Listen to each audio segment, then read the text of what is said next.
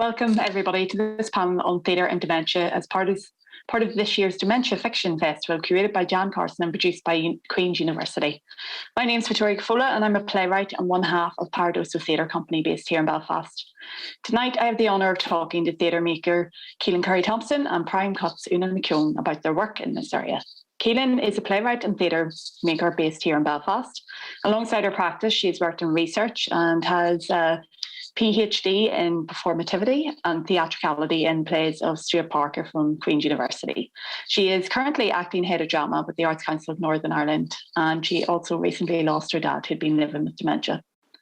Una McKeown became executive producer at Prime Cut Productions in 2009. Since then, she's produced 21 shows for the company, including Red and internationally touring shows Removed, Hard to Be Soft and Scorch.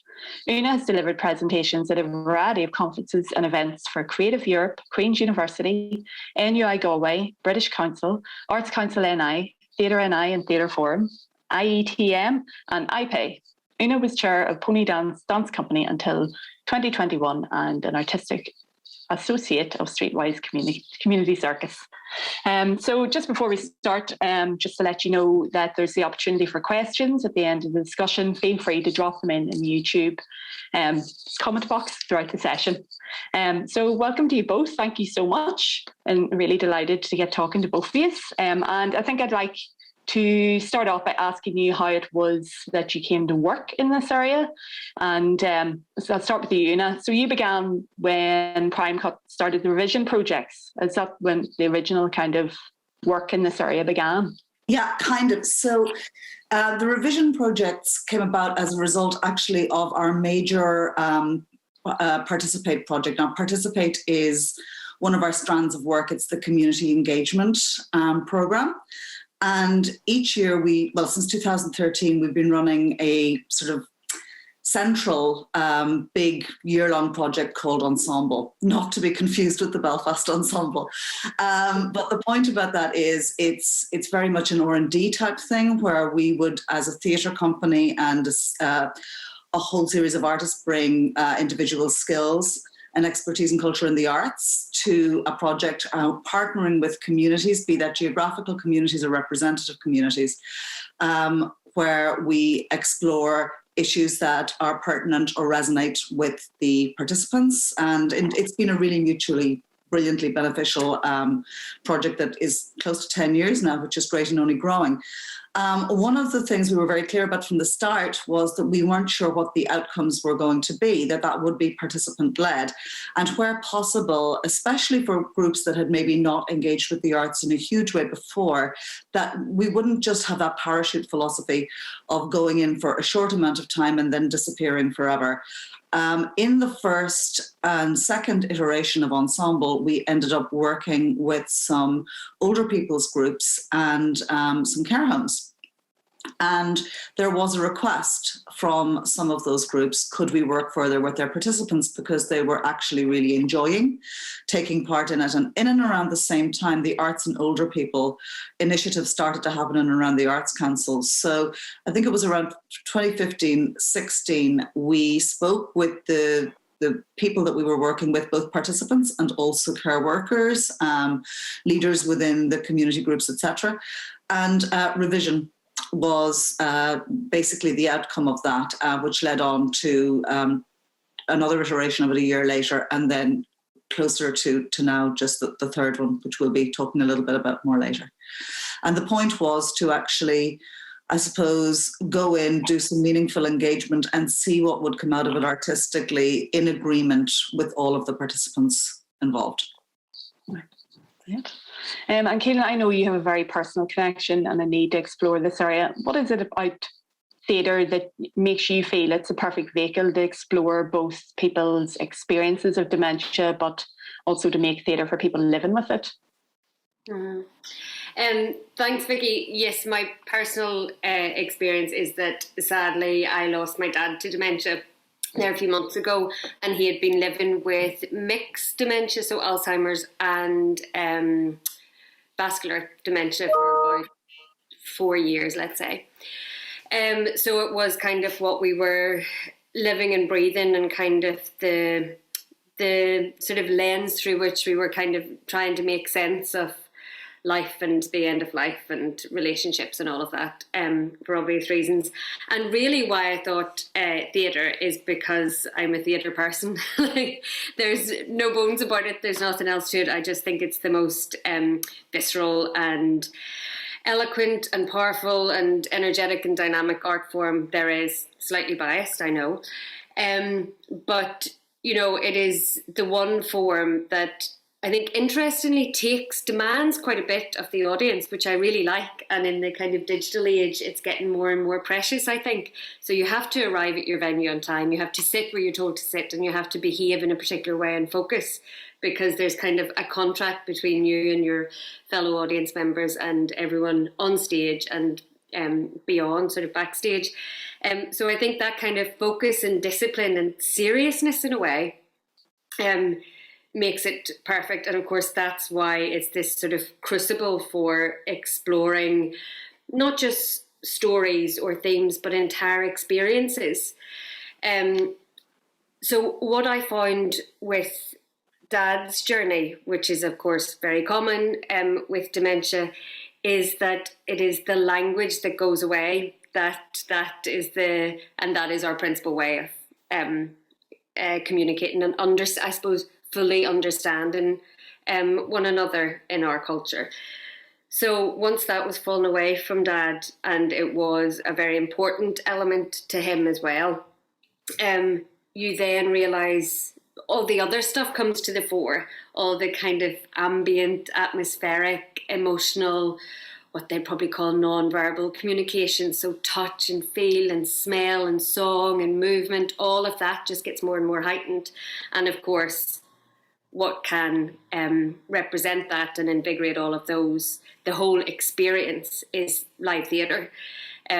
So I thought this is, luckily for me, it is my art form that is kind of uniquely suited, I think, to try to just harness all those different elements. And what I wanted to do in this play was to really try to evoke some sense of what the dementia journey is like. Not analyse it, not kind of give a hard and fast idea of it, not have the audacity to claim I knew what my dad was thinking or any dementia sufferer was thinking, but to somehow try and use all of that arsenal of live performance to evoke what that experience of living with dementia for the person themselves and then for the family or carer could be. So it's about that kind of texture and that atmosphere and feel. Yeah. Would you agree with that, Una? Has that been your experience then whenever you've seen Keelan's work? Oh, 100%. I mean, we first worked with Keelan on Life from Time through our Reveal programme 3-4 years ago now, Keelan. Probably 4. Yeah, no, and you know what? It's the last year and a half. You know, it's gone so quickly to a weird. While obviously all still forever, so everything is a little bit out time wise. But yeah, it was about 2017, I think. That kind of time was certainly the third iteration of Reveal. And it was fairly obvious from the start that there was something very special here, not least with the amazing marriage of poetry and the way that language was used as the play went on, and that you could see that journey and evolution of the way language was being used. And interestingly enough, probably mirrored some of our experiences working on the previous revision projects. And it was, what we really loved was the fact that, like, a lot of the work that we had been doing was specifically with the older people who had dementia or Alzheimer's, as distinct from their families and as distinct from the carers. So it felt like a really nice opportunity to perhaps look at sort of being able to further develop the work that we were doing, obviously, with Keelan on the show that was being made as part of her Reveal journey. But, and sorry, I should mention, Reveal is our artistic development programme, firstly funded through the Paul Hamlin Foundation and latterly Jerwood Arts. And it's about R&D, but very meaningful interventions with independent artists that work then towards hopefully producing every show, some to a greater degree, some to a lesser degree, and that is largely led by the artists themselves rather than prime cut. But sort of marrying that journey, because we what we really like to do in company is to actually work between all the strands. So to work between artist development and also community engagement seemed like a really interesting thing to do with that. Most notably, what would was the right to pivot the revision project so that perhaps we could look at performing extracts from the play, or like a shortened version of it in a care home setting for not people with dementia, but for their families, and what would the feedback be on that one? So that was a plan, and like many plans pre-pandemic, it got quickly shelved, but again, we'll talk more about that later. But it just, I mean, from the start, there was no doubt in any of our minds that this was something rather special, and that we definitely wanted to delve a little deeper into the world of Tom and Nadine. So right, I think that's a good point to actually show a clip in the documentary that you made around the revision project. So this was made in 2015, and it follows a group of artists and musicians working with people living with dementia and Alzheimer's. So roll VT, please.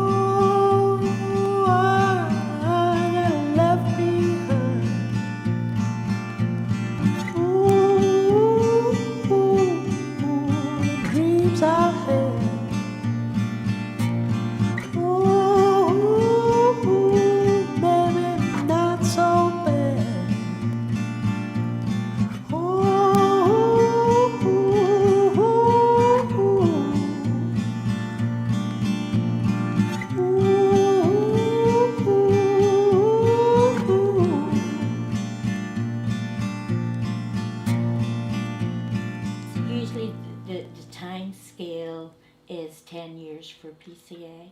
That's not to say that I do decline, but I don't believe I'm going to, because I guess I have that push there. I do have bad days, you know, things do, even though, you know, when you do get things wrong, sometimes it's just ever gonna change, and you know it's not, but you like to have a moan about it anyway, just like, you know, everyone's the same, you know, but, you know,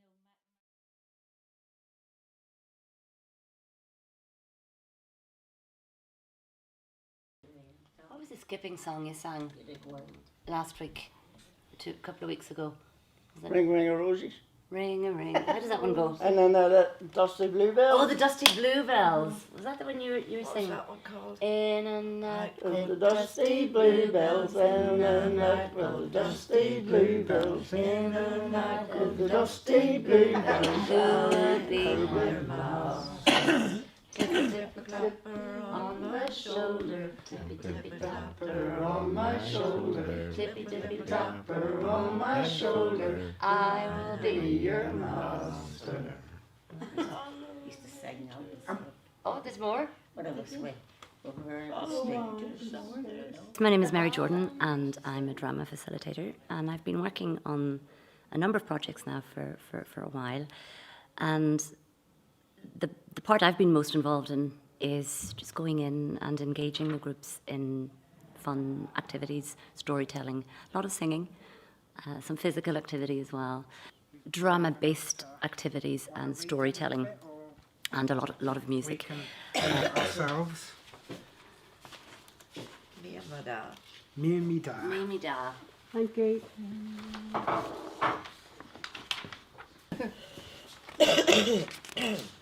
Just with another one of the groups that we were working with, they'd mentioned this, and then I read it with another group yesterday, and we were having a good laugh at the some of the words.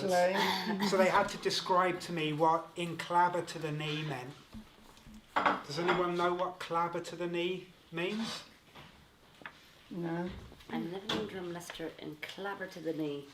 Should we read it? Have a go? Does anyone fancy reading the first verse? That means muddy. Muddy. Yeah. Oh, okay. Yeah. My dad lived up in Carmen and kept a servant boy. The second wife was very sharp.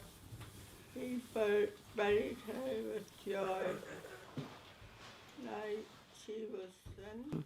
I've been amazed, quite frankly, as to how they have responded.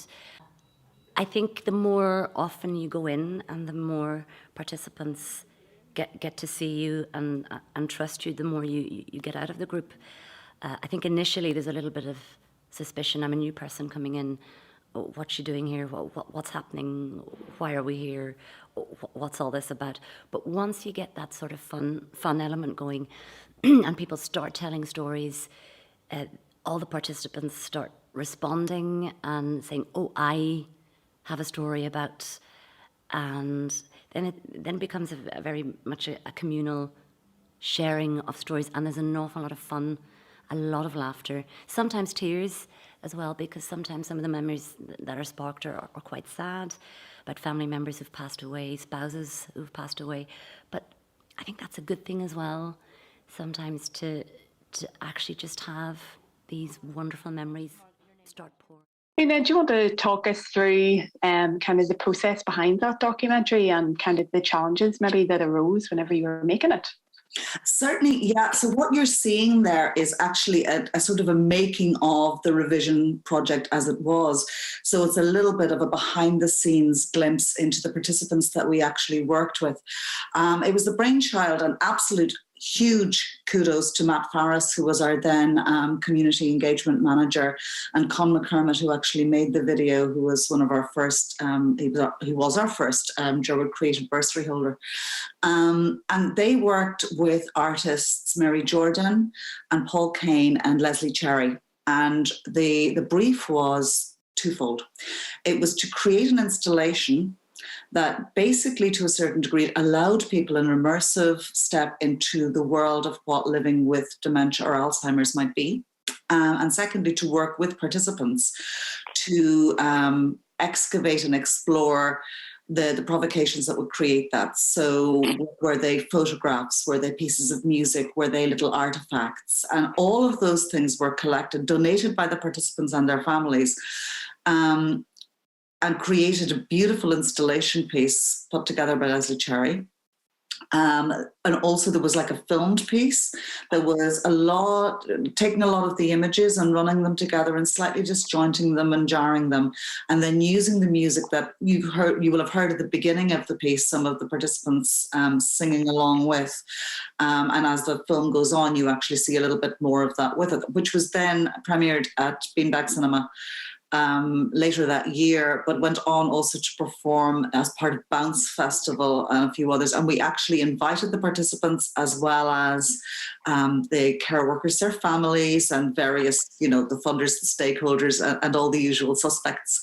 What was really interesting, I think, about it was we have a little kind of audience reaction video as well, bit of it. And across the board, from funders through to the people who worked in the care homes, to the families of them, was just their slight shock at the feelings that the actual installation evoked in them, the sympathy that it actually and empathy that it evoked, and yet the participants' absolute relaxation because they had made it and they were really happy to have helped make it. Not everybody was able to attend, and I think two people actually sadly really passed before that. The actual event could take place, but their families came, which was really, really lovely. So I think, it's sort of set up to do just that, to be able to just sort of give an insight that was about helping to create a little bit more understanding, a little bit more empathy from the participants' side as distinct from the idea of living with it, which is what I'd been talking about earlier when I said in later years we decided to pivot that a little bit. But yeah, so that's sort of what was going on there. And unfortunately, if we were to show you the installation, it wouldn't really make much sense on screen, if I'm absolutely honest, because the point about it was being live in the room and hearing and seeing, being able to touch in a way, of course, we're still not able to hear at the moment. So, that's what that was all about. So that pivot then was the move towards, I suppose, Keelan piece in a way, so we into that making?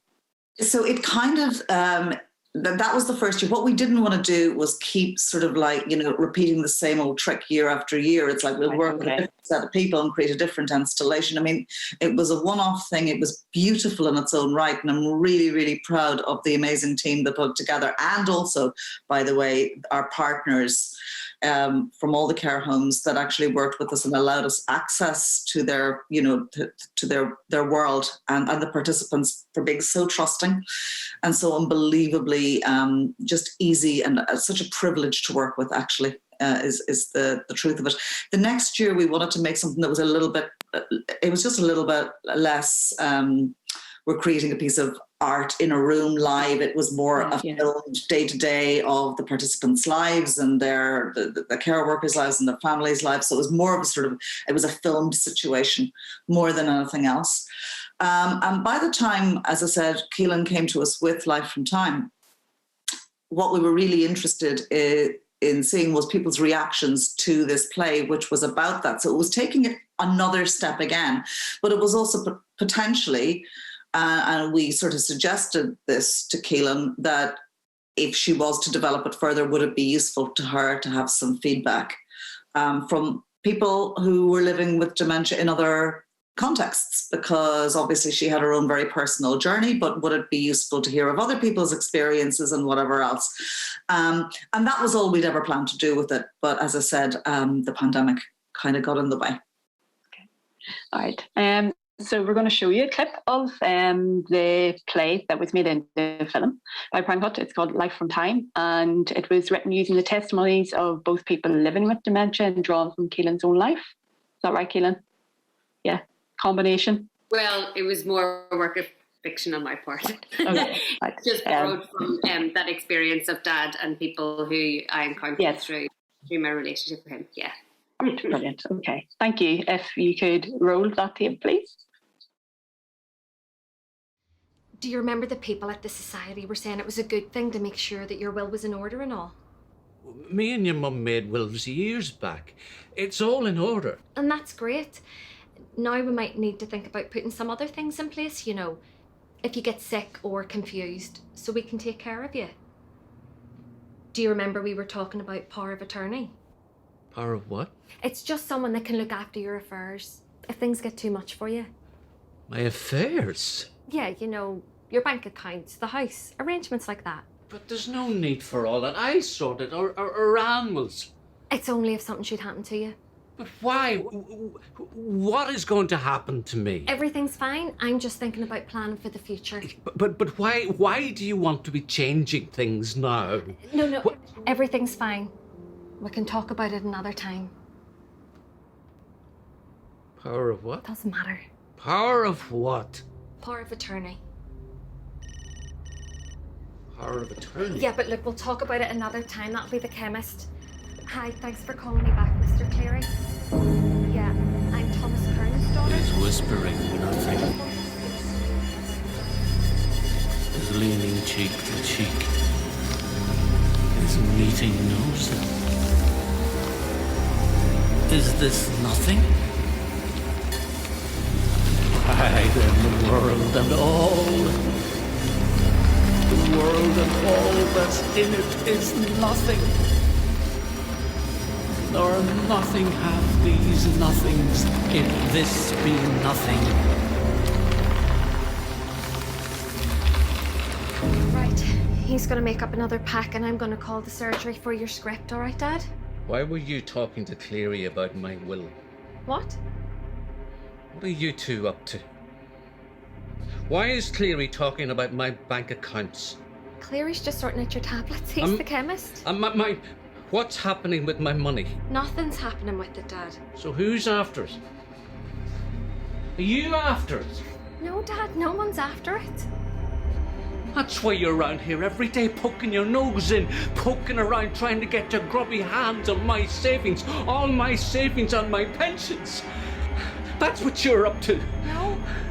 All the money, all my money and stuff. All the money that me and Anne worked hard and saved and put away. All our money, all our money. No, Dad, no.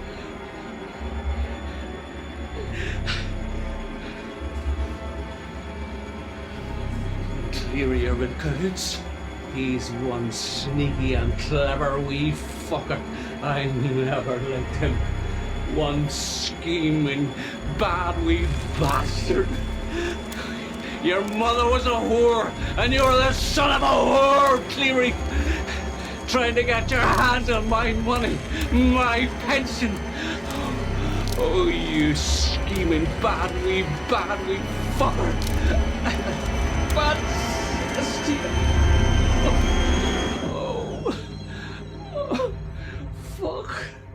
Oh, fuck. Oh, Dad? fuck. Has something happened, Dad?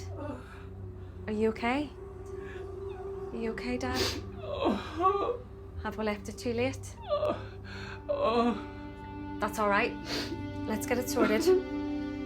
It's okay, Dad. We're gonna get it all sorted. I'm just gonna go and get some things.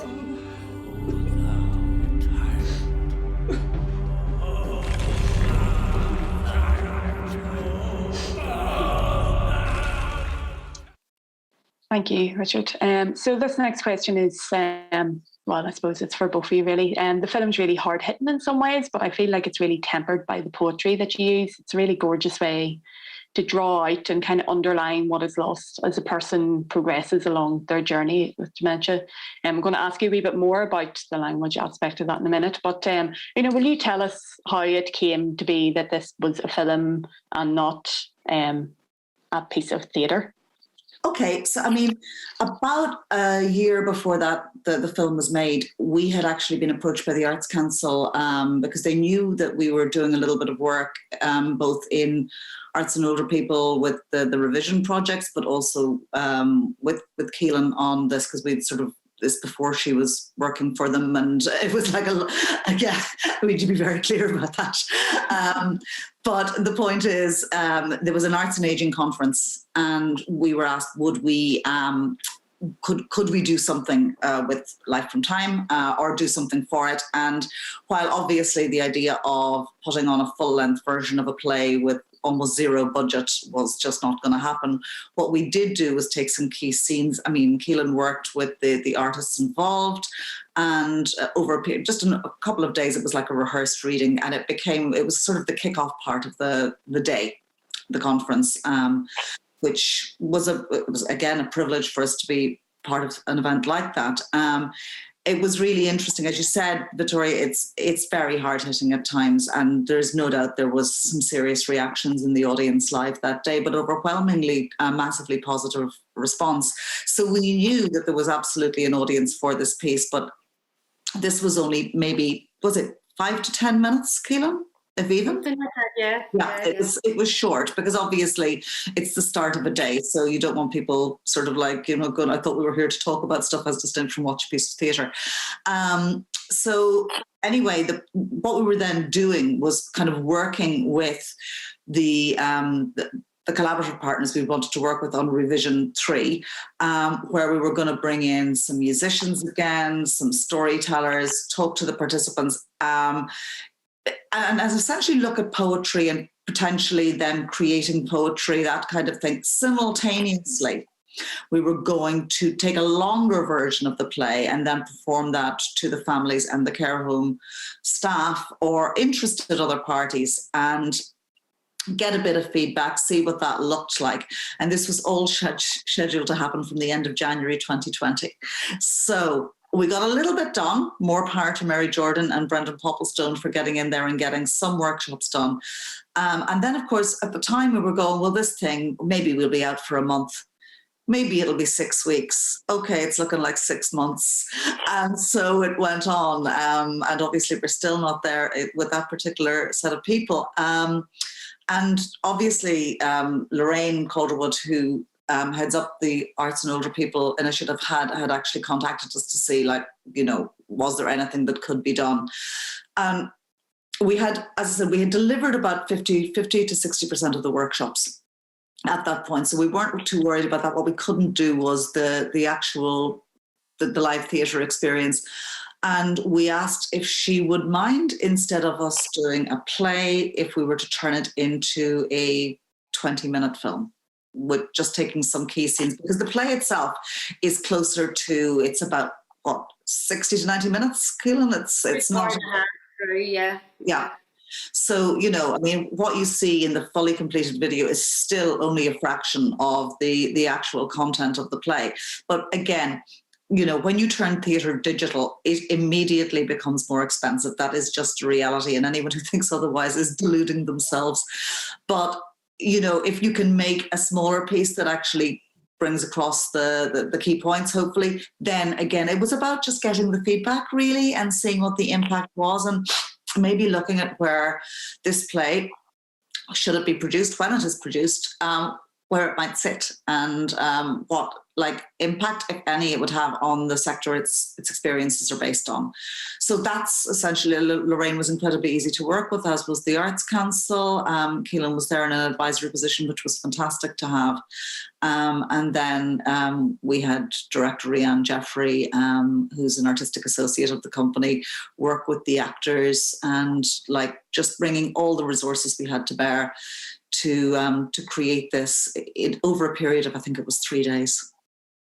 Wow.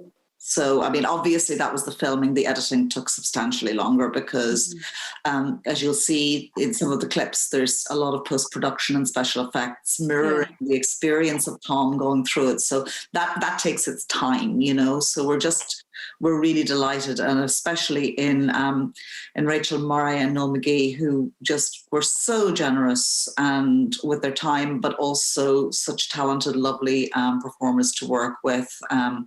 Katie Richardson on soundtrack as well, can't be forgotten about there, you know. And so, yeah, it was just, let's bring as many people, resources, talent and investment together as we can, and see what we can take out of this thing, make lemonade, if you will, out of the big bushel of lemons we were all given at the start of 2020. It's really interesting what you're saying about how it was condensed down from 90 minutes. So it kind of feeds into my next question for you, Keelan, which was, I know that you said you were kind of working off your own experience, but then how did you choose which elements to actually use for the short film, or what parts? You know, did you have to kind of create a new narrative, or was it, you know, all there and it was just that you were condensing it slightly?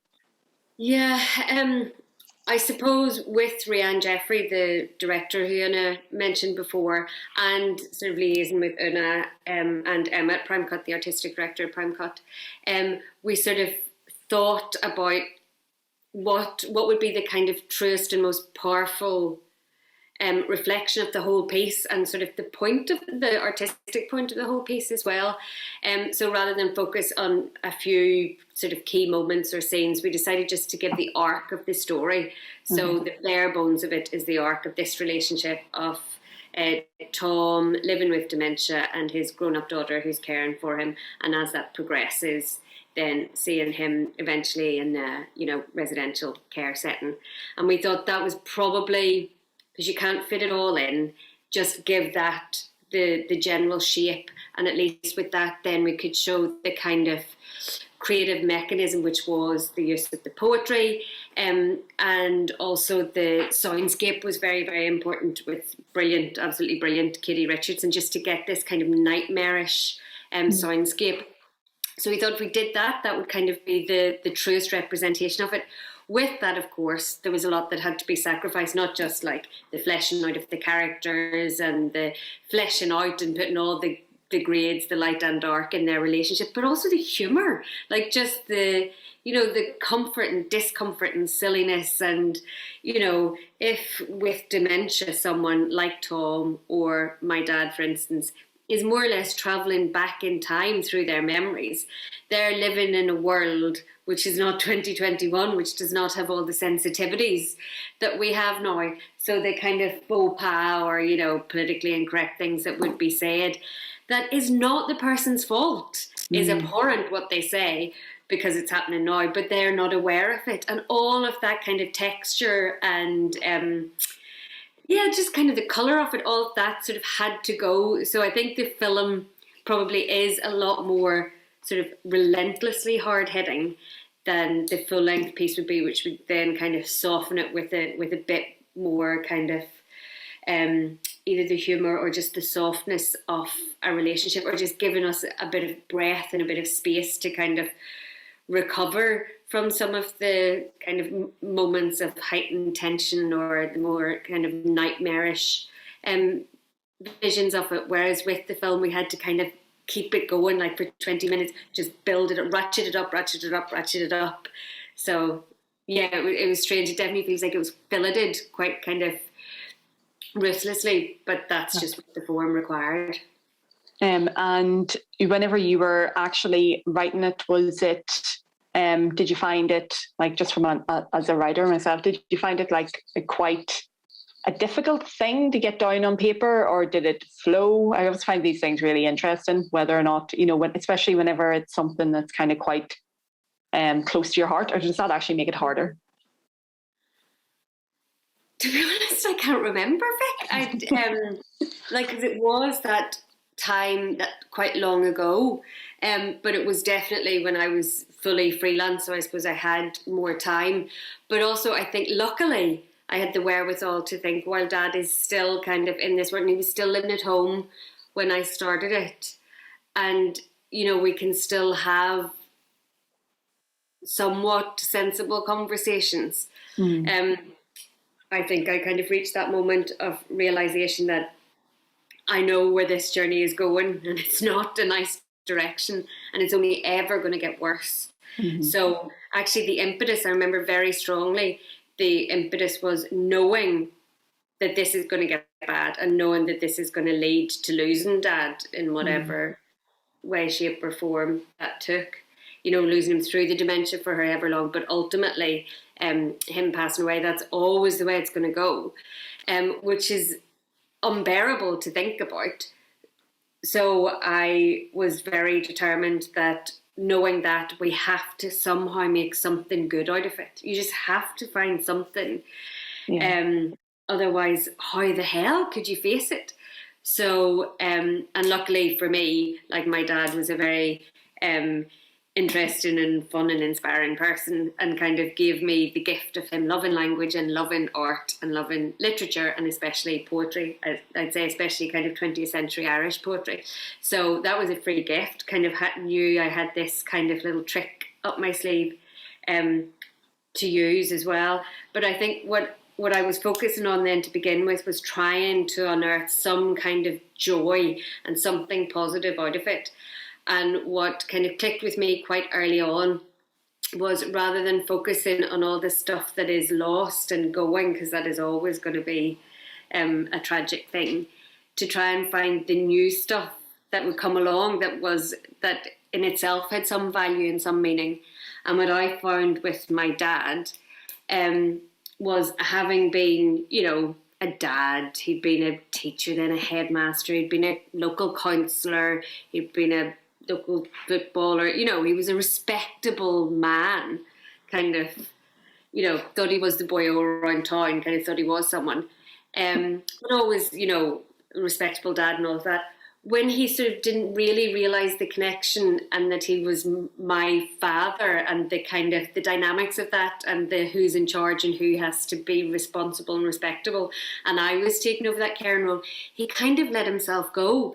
And with the travelling back in his own memory and his own self, I was somehow really, really weirdly almost getting to meet like my teenage dad, without him knowing that it was his grown-up daughter who he was talking to.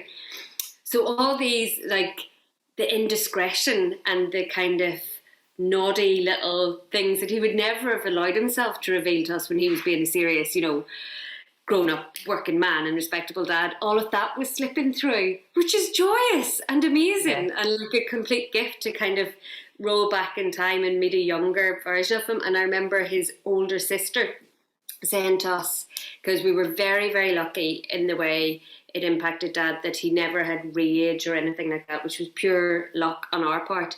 But he was very laid back and very accepting, and just really calm and very, very sweet natured. And I remember his older sister saying to me, "That's the Jim I grew up with, that's the brother that I grew up with has come back." Which is just so, it was like peeling away all the shit and the stress and the hassle of adult life, and just getting back to like this really sweet, pure core of him, which I know we were very lucky to have, and that's just, it's pure luck, nothing more than that. So I thought, well, that's something to seize on in the midst of all the horror. So that was kind of It's probably really lovely for people going through the same process now, that to know that those are the things that you can hang on to, because obviously there are very challenging elements, as you say, the rage, and I think we're going to see that this next clip now shows Tom and Aideen deal with some of the more challenging aspects that can come out. So if we could just see that next clip, please. Dad, tea's ready.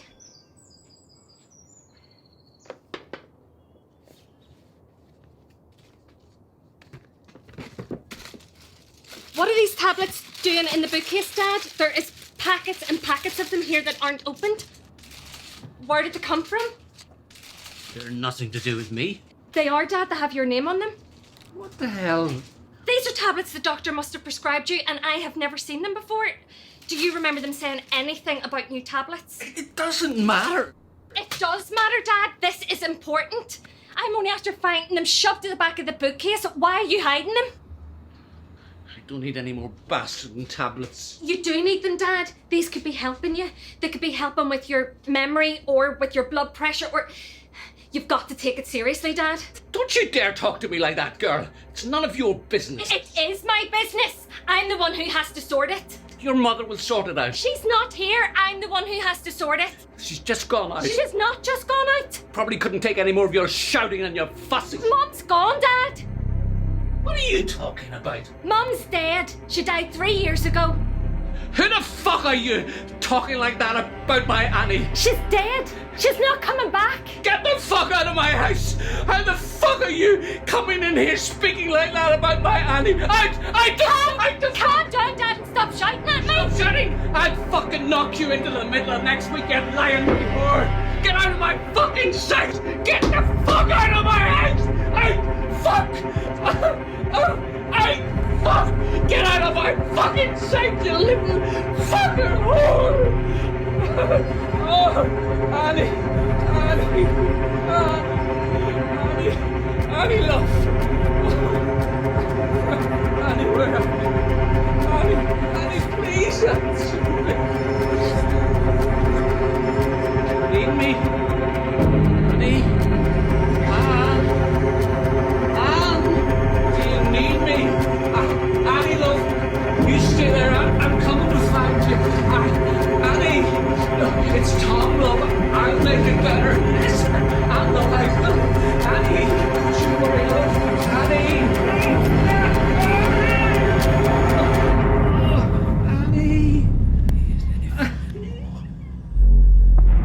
Turning and turning in the widening gyre, the falcon cannot hear the falconer.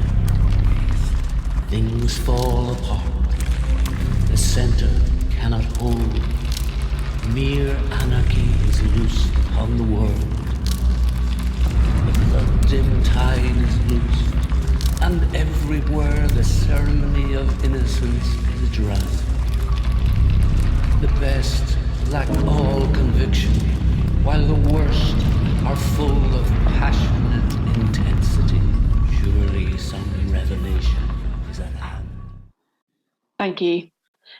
So I guess the next question I have, which I think the festival is also covering, is how do you navigate the ethics of telling stories of people with dementia? And I don't know, does anybody in particular want to talk about that one? Yes, I don't mind, Victoria, thank you. Yeah, I think that's a really crucial point, very pertinent, and yeah, it's agency and autonomy and who has the right to tell the story and all of that. So, and all very, very important. I suppose I was in a fortunate position where I could maybe speak to my experience of being a carer of a loved one with dementia, and as part of that, representing the kind of the challenges of those interactions and that relationship. So that I think that's ethically, that's a sound enough ground to be on. However, then, how do you represent dementia, and how do you claim to know anything about something that you, as a matter of course, could never have first-hand experience of yourself? I had a very kind of enlightening experience of a charity that was based in GB, who I was doing a bit of work with Queen's actually, and as part of the staff got to utilise this. So they had brought over this van that they had kitted out as a kind of experiential dementia training tool, and it was being used principally with students in the School of Nursing and Midwifery. And you went in and they gave you goggles with pinhole vision. You had to put pads in your shoes to give that kind of prickly effect, and it just synthesised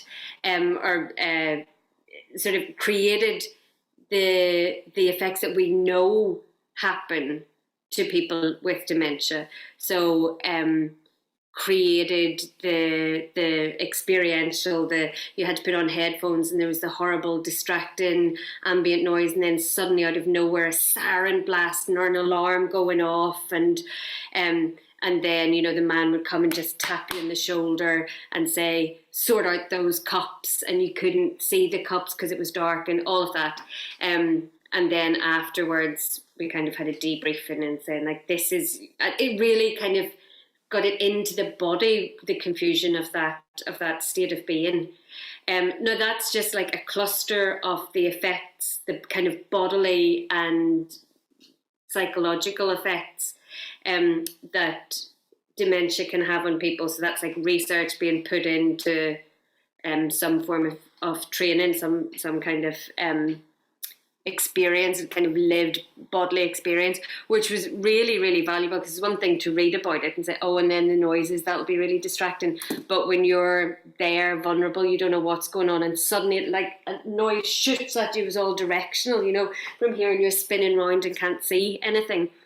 So I suppose that was probably quite key in thinking, well, what I could do is use, because that's all the equipment that we really have in theatre anyway, utilise all of that, because it works on all the senses, to somehow just create, and it's not, the claim is not to know what the character is feeling or necessarily experiencing, it's to evoke the world of dementia as it kind of envelops them. So I was very, very clear on that it was never an attempt to explain from the perspective of the person living with dementia, because I just can't. The other trick I think I exploited with this one was the particular way I used language in it, which was the use of the poetry. And that was then, rather than trying to write and formulate the words and the language of a person living with dementia and how they would utilise that tool and how that would be impacted, I was doing something distinctly different with the poetry, which was that it was not about the meaning of the words of the poem. That was never the point. The way in which the poetry is used is the sense and the atmosphere that they encapsulate, and how that relates to Tom, the kind of avatar for my dad. So the thinking there was that, given the education that Dad and people of his generation in this part of the world went through, they learnt so much poetry by rote. So there were just these chunks of text that were inside them, that were there. And you see it like when Heaney used to talk, and he would to describe a point, he would say, well, it was as so-and-so would have said. It's the way that it's the kind of the imprint on them, but it's more than that. It's the way in which thinking and feeling and knowing was kind of guided. It's like the infrastructure for that. So that's what and we had a clear-cut example, which was with my dad right up to the very end, like right up to the last week of his life. If you fed him a little line of poetry that you knew that he knew by heart, he could finish it off for you. He wouldn't know who people in the room were. He wouldn't know. I mean, everything had fallen. You know, his body wasn't working anymore. But there's something like so substantial and so kind of in their core because of the way they learnt it by rote, and then it was taken on board, and it was this kind of system by which they navigated their lives, people like my dad and Tom. So the poetry was being deployed not as their words, but as a kind of a symbol of how they conducted their lives and made sense of things.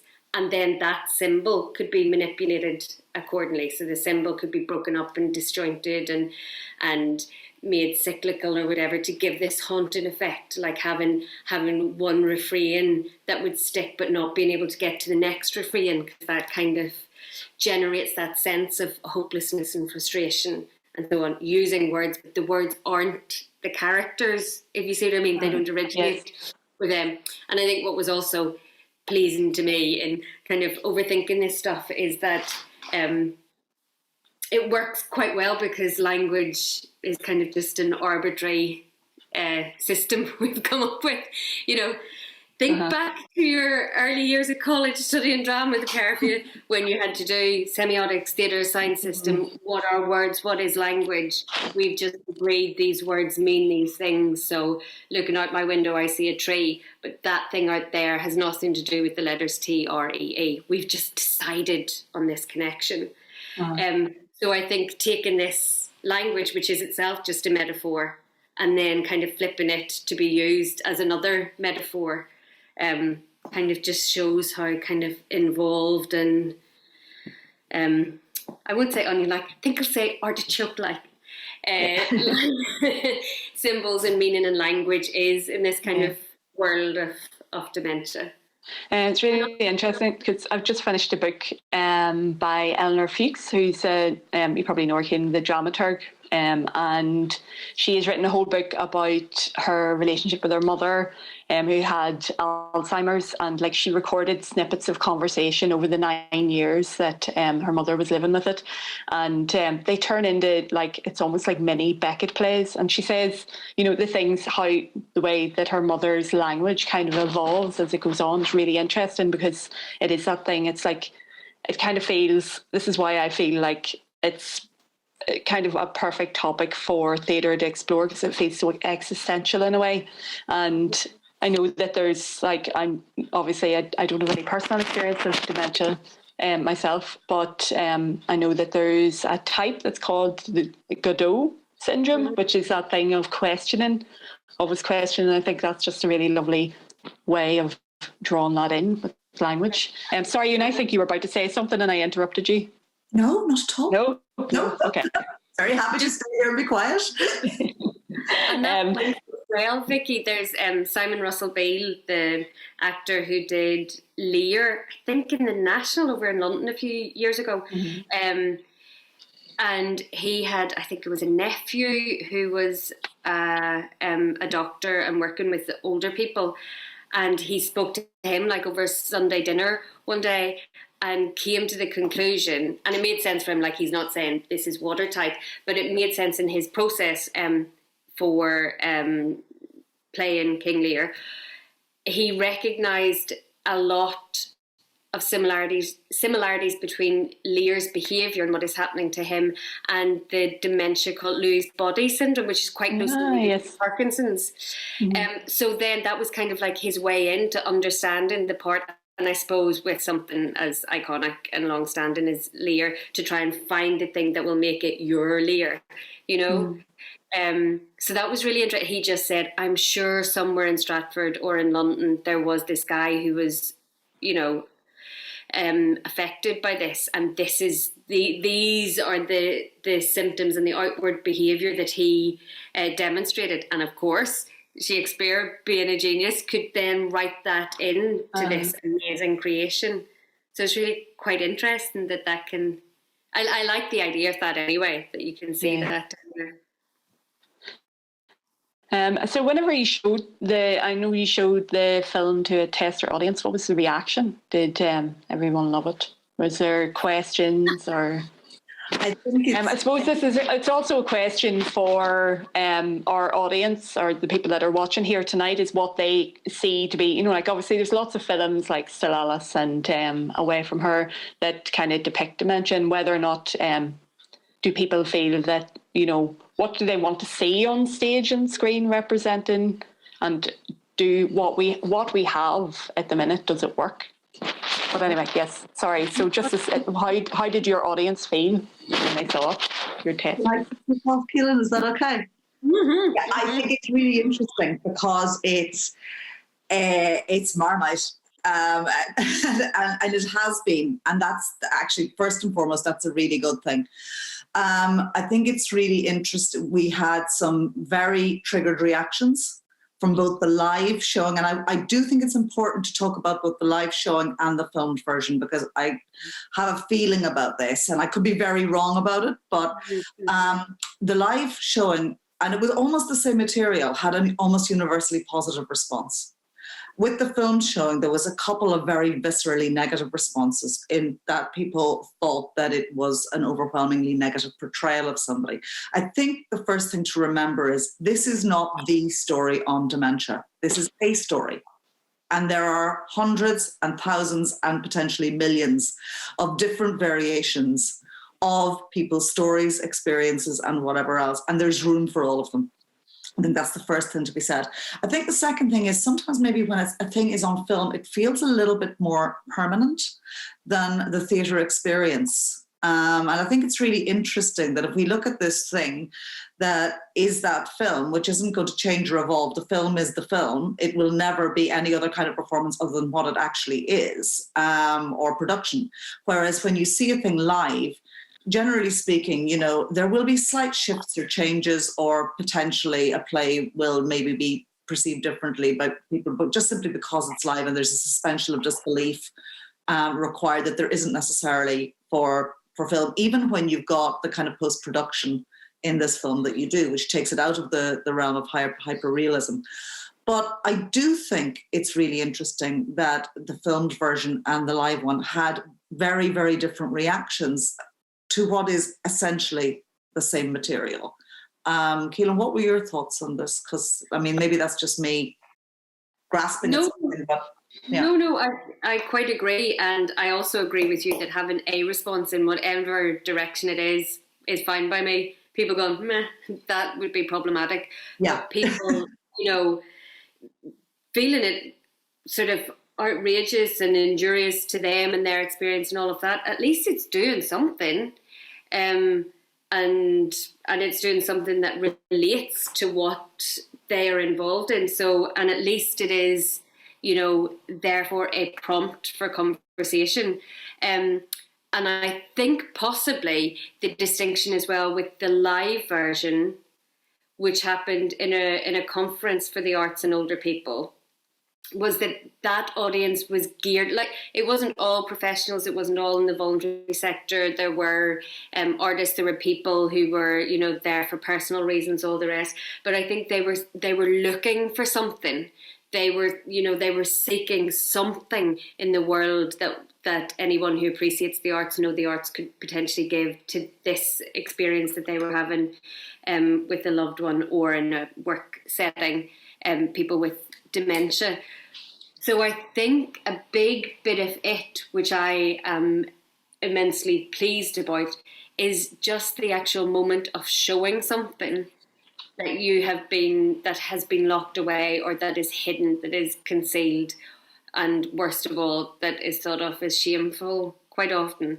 So people who were there and were caring for someone, and all the nitty gritty, the muck and shit and piss and all the stuff of life that you have to deal with dementia. Actually seeing that just be presented as just that, just a function, just a bodily function. Who cares? It's just, it's the mechanics of this machine we have. And if that machine is breaking down, then those mechanics are going to break down. So I think there was a kind of your classic old catharsis from theatre of actually seeing that being shown and heard and seen there's a lot of power in that, and I think I felt that was very important for my mum, who was Dad's primary carer, right up and through his time in the nursing home as well. But so much of that physical labour, and then the emotional toll that takes, but all of the toileting, all of the giving them meds, and then my dad couldn't take anything orally. He had a tube going into his tummy. So she had to do all that, crushing everything and putting it through. And, adult nappies, all of that. And there's just so much stigma around that. It's awful, absolutely awful. And I found, as the daughter, I was really indignant about that. And I think it came at the end of me having small children as well. When you're indignant about that as well, like, they need to do their bodily functions. They're just little animals. And I will take no bullshit and make no excuses for that. If breastfeeding them in public, having to change them, and as the circle is completed and things are falling away for someone like my dad and other people living with dementia, it is exactly the same. And the question of dignity, I think there is a dignity in acknowledging that is the stuff that needs to happen, and not just keeping it privately tucked away. So I think the catharsis of just having that front and centre with no apologies was a big thing. Whereas I think some of the people who responded very badly to the film were quite concerned with not addressing that, with thinking of how we could have a positive journey through dementia. And of course some people have, and wouldn't it be much better if you did and didn't have to deal with that? But as I was saying, with our personal experience with Dad and Rage, it's pure luck, it's nothing else. Just because my dad didn't have rages doesn't make him better or him a better person living with dementia. It's just the toss of a coin, and it's the same with the toileting. Great if you don't have it, but you could just as easily have that issue. So I think that's it's actually as well. My mum was quite sick before she died as well, and it was like there was a real shame for her in it. And I think it's an older generational thing. I think we're kind of better able to cope. So, but it's really important to actually let people know that, other people are having this experience, and it's not something to be ashamed of, because, as you say, it's completely natural. Yeah. I just then actually, I think, to wrap up before we look at some questions that have come through. What's next for revision, Una, and Prime Cut? Well, like anything else, it remains and will hopefully remain part of our Participate project, but I think we are going to have to do a little bit of research and talk to our partners, both present and past, in terms of what they feel would work. Are we the right people equipped to do that? It's as simple as that. I mean, but I'd really love to see a fourth and getting back to a live iteration of it again, because that's where it works best. And, especially for the participants in the care settings who actually, had those interventions that were live and were able to, as Paul says in the film quite beautifully, form a community from being a set of individuals who may or may not have felt isolated before that. And that's the work, and if you can bring the arts in to do that, then 100% yes. So we shall see what happens. We're working on, with a group of older people at the moment, on an exploration of the music and movement of the dance halls in the 1950s and 60s. So we're going to be guided by them to see where that goes next as well. And that has the potential to be brought into settings where people with dementia are living or are sort of like that's part of their environment. And other than that, the big one, of course, is the Border Game at the Lyric, directed by artistic director Emma Jordan, in a co-production with the Lyric Theatre. And, quick plug, but it starts previewing from the 3rd of October. So that's an exploration of 100 years of partition, and written by Michael Patrick and Oisin Kearney, who brought us My Left Nut and The Alternatives. So it'll be a good evening. Looking forward to that. And we're so looking forward to being back in the theatre again. As you can imagine, like when I say it's like children before Christmas, I am not overstating it. So yeah, all going well. Excellent. Okay. Right, I'm just going to have a wee look at these questions. I'm going to pin this. So, okay, so thank you for the presentation, such wonderful work. Just wondering if there's a link for the film, what's going to happen with the film? Well, if anybody wants to see it, we are more than happy. If you could just email us directly. My email is una at primecutproductions.co.uk.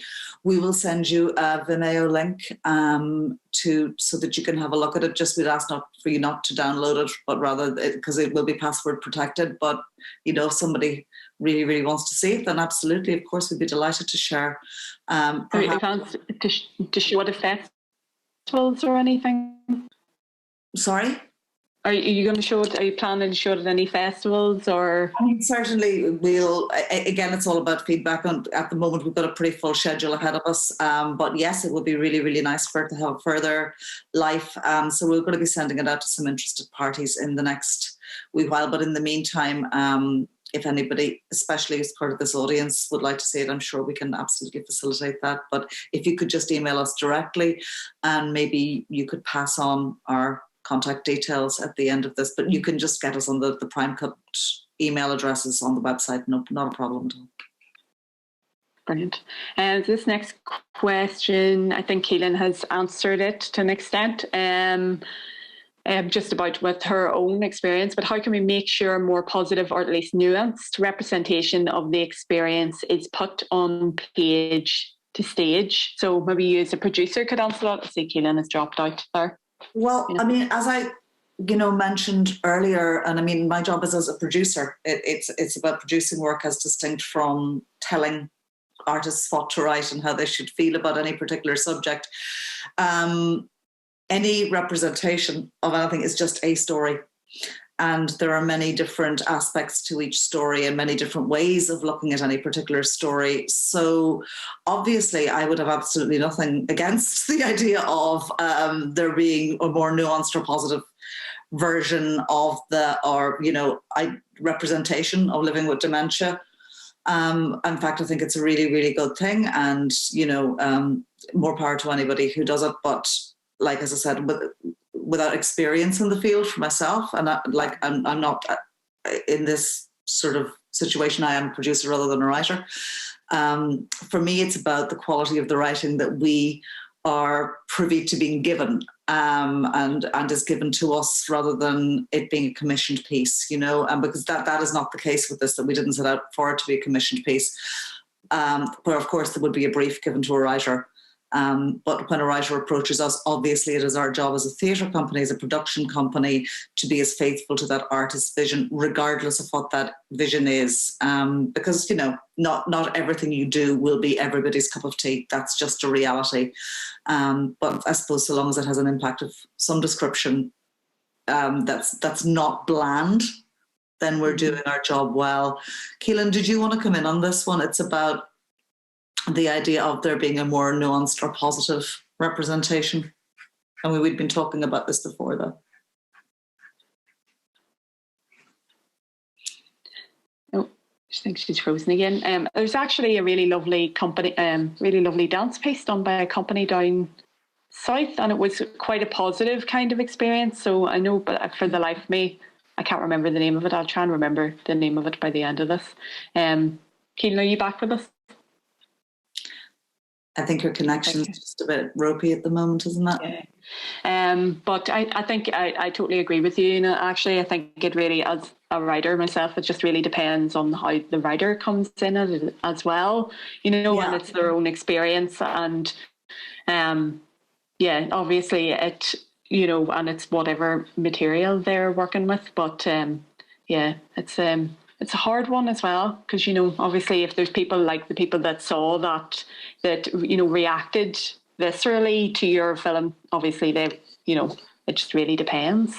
I mean, I'd always welcome the opportunity to talk to people about this. But as I said, my job as a producer is not to be telling people what to write or how to see stories or anything like that. If somebody asks me, like anybody else, I'm more than happy to give my tuppence halfpenny worth into the mix. But again, it's like any conversation. It's my opinion. You take it or leave it. And at the ultimate end of the day, as the artist, the story is yours to tell, and what that story manifests itself as is that particular artist's story. So for every, happy rom-com situation you have, there are just as many stories written about love that end in absolute disaster and tragedy. That's just a thing. And everybody will have their different take on things. And it isn't to say that one is bad and one is good, or whatever else, and or that we shouldn't shy away from showing the difficult experiences of humanity, the difficult experiences on life, because, if we do that, we start to sanitize and we start to whitewash very, very genuine, real experiences. And I mean, that's across the board from, so many different issues that affects us in life. So, I think it's a little bit, I think we have to be careful that we don't start to edit stuff, or especially artists and the stories that they want to tell. Our job as a theatre company is there to facilitate the work that's being created by the artists in Northern Ireland and beyond. Simple as. If that makes sense. Yeah, totally. And one of our next questions is, does anybody know if there's been theatre written by someone with dementia? I haven't come across anything. Either of you? No, I'd have to do it. I don't. No, maybe that'll appear in the next few days with with all the different discussions that are happening. We might find out. Really great work, this one. And good question about reaction. I'd like to know more about that too. Is it too dark for some people to watch, and would you recommend some people wouldn't watch? I think very strongly it's not for people with dementia, because it's a composite of different things, and it's not, it's a fictionalized account of a certain experience and manifestation of dementia, but it's just because it's trying to evoke outside somebody's head what is going on inside their head. So with sound and with lighting and with all of that, it would just be too dangerous and unpleasant, I think. As to anyone else, I don't think there's any value really in sanitising it, or if you are interested in seeing a version of what living with dementia is like and caring for someone with dementia, then I think anyone could watch it. Yeah, I mean, I'd be honest about telling people this is not a comedy you're about to watch. This is quite harrowing, and this is loosely based in a reality situation, but fictionalized. And for some people, they might find it they might find it triggering. Yeah. And I would use that. But I would say we would put those disclaimers on anything that we would produce that we would feel would evoke a reaction that could be a negative one, without giving away spoilers. Mm-hmm. Can Keelan talk a little about fictionalising the experience of a real person? How did other family members react, and how close to real did she keep it? So,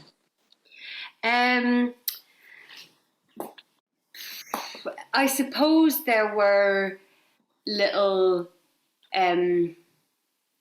moments from Dad's life and his journey with it that I exploited. So actual kind of little plot moments. So kept it real in that respect. I'm perfectly aware that I am ridiculously keen on my dad and on his side, and not even close to being impartial about it. So I know that. So there was no point trying to claim that this was him either, because you have to kind of, there has to be some bit of drama in it, and my version of my lovely dad would not have that drama, because he would be in the right and everything would be fine. So in that it was like taking a little kernel of a type of person based on him, and then borrowing some things that happened, like Dad's trouble with tablets and things, borrowing that and injecting it into this fictionalized account. The only, I spoke to my mum about it because they were together almost 50 years. And, you know, it is as much her story as it is his or mine. And that was too much for me, actually. That was one that would have set me off. So I think actually it was Emma Jordan, the artistic director, who gave me the advice that I started off in the first iteration. It was meant to be Tom and his wife. And that was too much to try and get into, to try and critique and kind of mess up a bit. And she was saying, well, if it's coming from your experience, you know, locate it closer to you and your experience. So then it turned into the daughter and him, which was invaluable advice. And in the end, in the piece, his wife is dead, because I just couldn't. It would have been too much for anyone to inject that other element of kind of the devoted partner, 50 years caring, all of that. So that was, I had to apologise to my poor mom and say, I killed you off. But as to his siblings, or my sister, I didn't really seek much approval, because I thought it was very personal, in that it's the stuff that I wanted to make. It was my practice and my work. But also, I was never, ever, ever claiming that it was Dad. It's not named after him. It's not, you know, at best, it's inspired by him, and that's it. I use his poetry in it, which they, you know, only me and my mum and my sister had hold of. So that was just within our family unit. His siblings didn't even know about that. So I don't think that and that came from his family life with us. It didn't come from his family life when he was younger with them. So I felt okay about utilising that, and it's all lovely and it's honouring him. So I didn't kind of seek much more from them in that. And there's one final question, not really dementia related, but is there anything you've learned from trying to be creative during a pandemic that you will keep with you in future?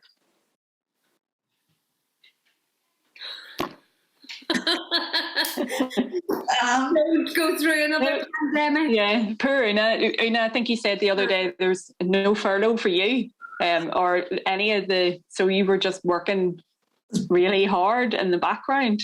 Almost continuously, yeah. But I mean, I suppose if there's one thing that I really did, well, it's a little group of things really. Pace yourself. Don't panic. If it doesn't happen today, it probably will happen tomorrow or even the day after. Not a big deal. Nothing's going anywhere. And in spite of all of the challenges, and there were very, very many over the last 18 months, there was also an awful lot of opportunities to make work in a different way, to explore ways of making work, some more successful than others, some that I think we will use the digital platform for certain aspects of our work from now on, which has been lovely. But the big one was keep talking. You're not alone. You're part of a hugely brilliant, diverse community that really, like the support that was shown throughout our sector in what could have been one of the most destructive times ever for theatre across the world. Just the mutual support and friendship and all of that. Just remember that these people we're family, and that's a pretty amazing thing to be able to say.